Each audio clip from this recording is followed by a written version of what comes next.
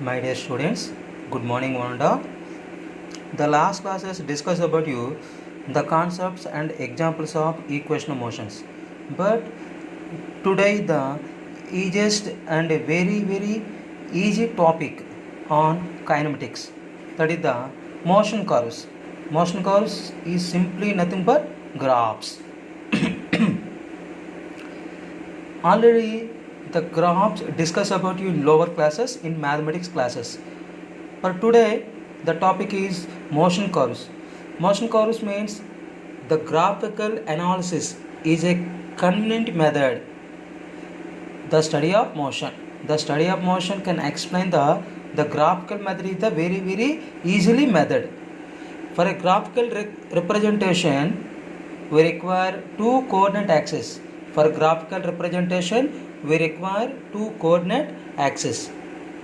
To take the independent variable along x-axis, independent variable along x-axis and the dependent variable along y-axis. For example, in your family, parents are the independent variable.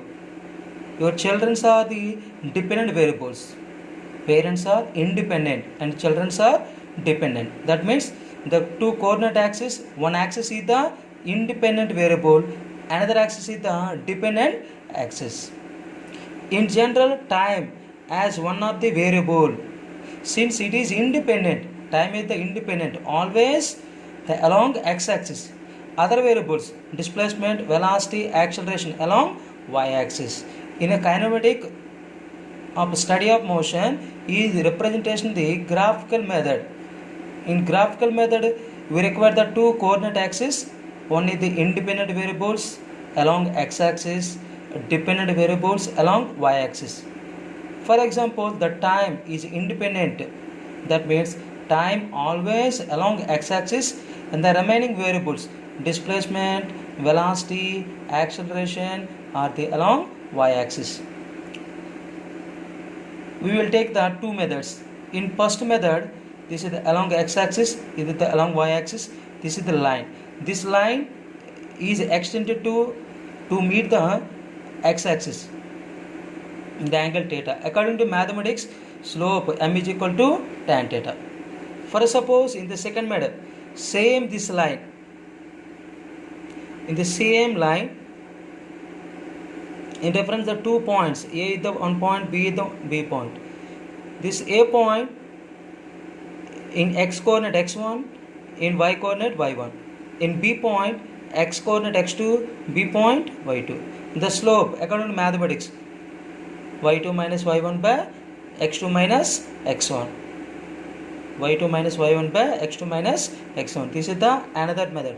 These are methods are already discussed about you in lower classes in mathematics. The first of all, we discuss about you displacement time graphs. Displacement time graphs. In the first one, to take the displacement and the time, and this is the curve. This is the curve.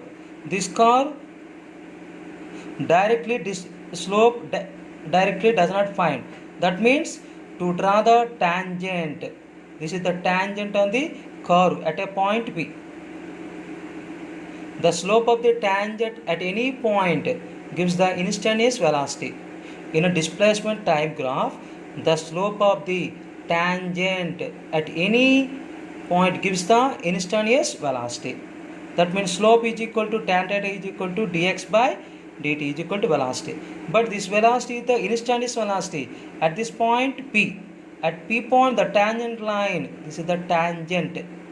This is the tangent line. To draw the tangent line.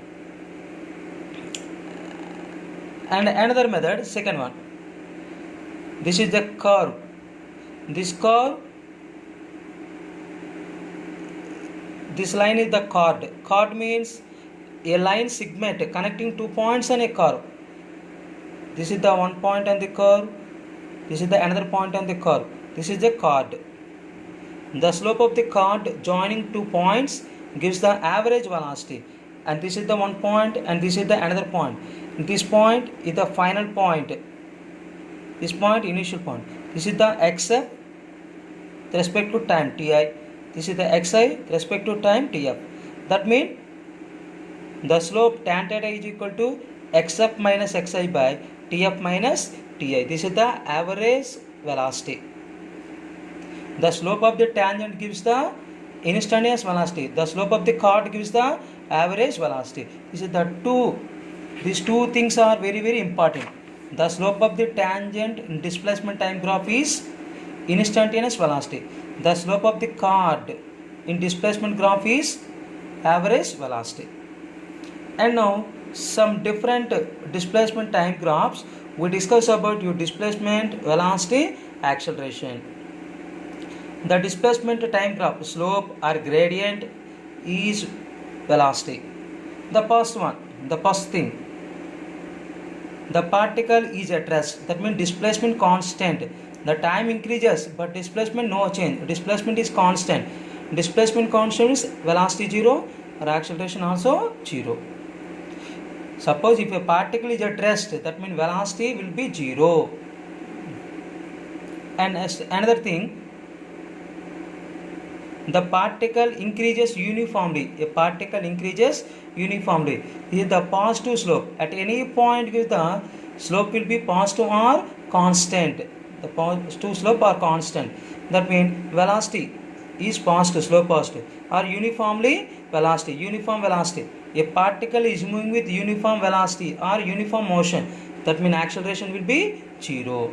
And the third one, the particle will be decreasing uniformly. In this case, the negative slope. Also, the particle is moving with uniform velocity. Acceleration will be 0.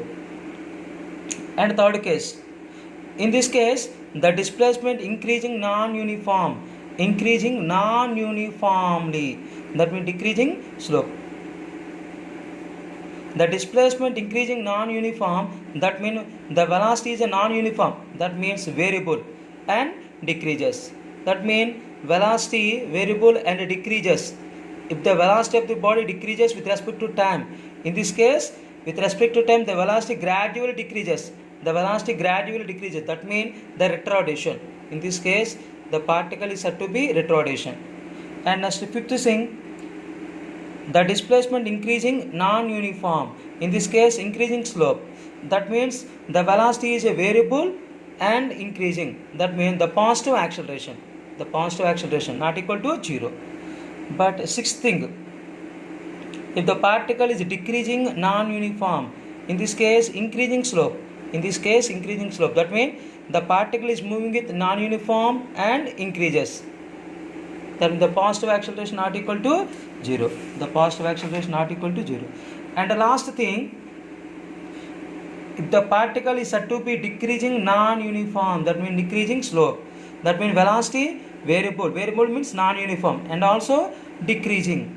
That means retardation. In this case also retardation. These 7 things are the displacement time graphs that discuss about the velocity and acceleration.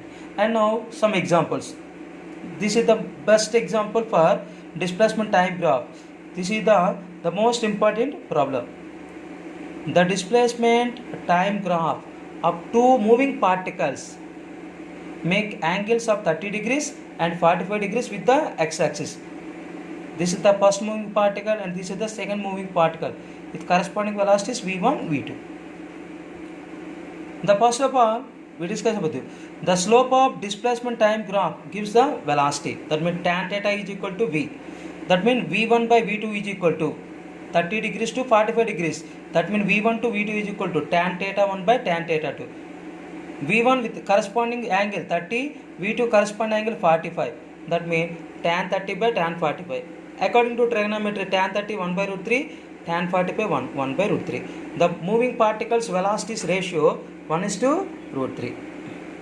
Next, another important model for the displacement time graph shown in the figure.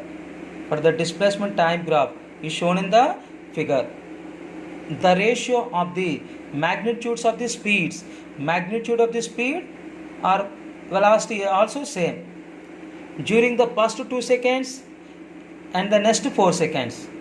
To see the diagram, On x-axis time, on y-axis displacement. The maximum displacement is the 20 meter at 2 seconds. From at 0 to 2, the displacement increasing linearly. From 2 to 6, the displacement is decreases.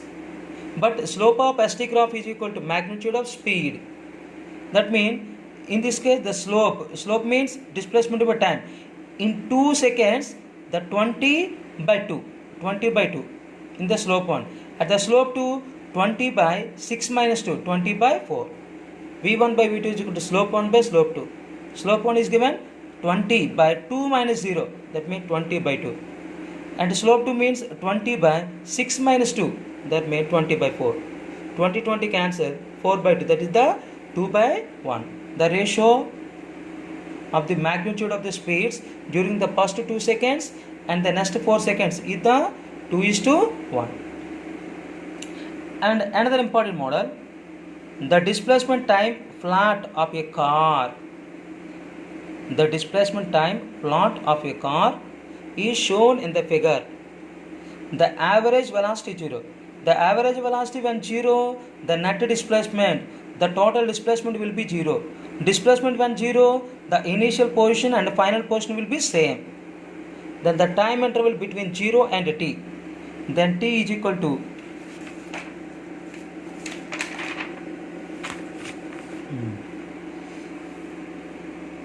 the position, the time plot of a car. The time intervals 0, 1, 2, 3, 4, 5. The displacement 5, 10.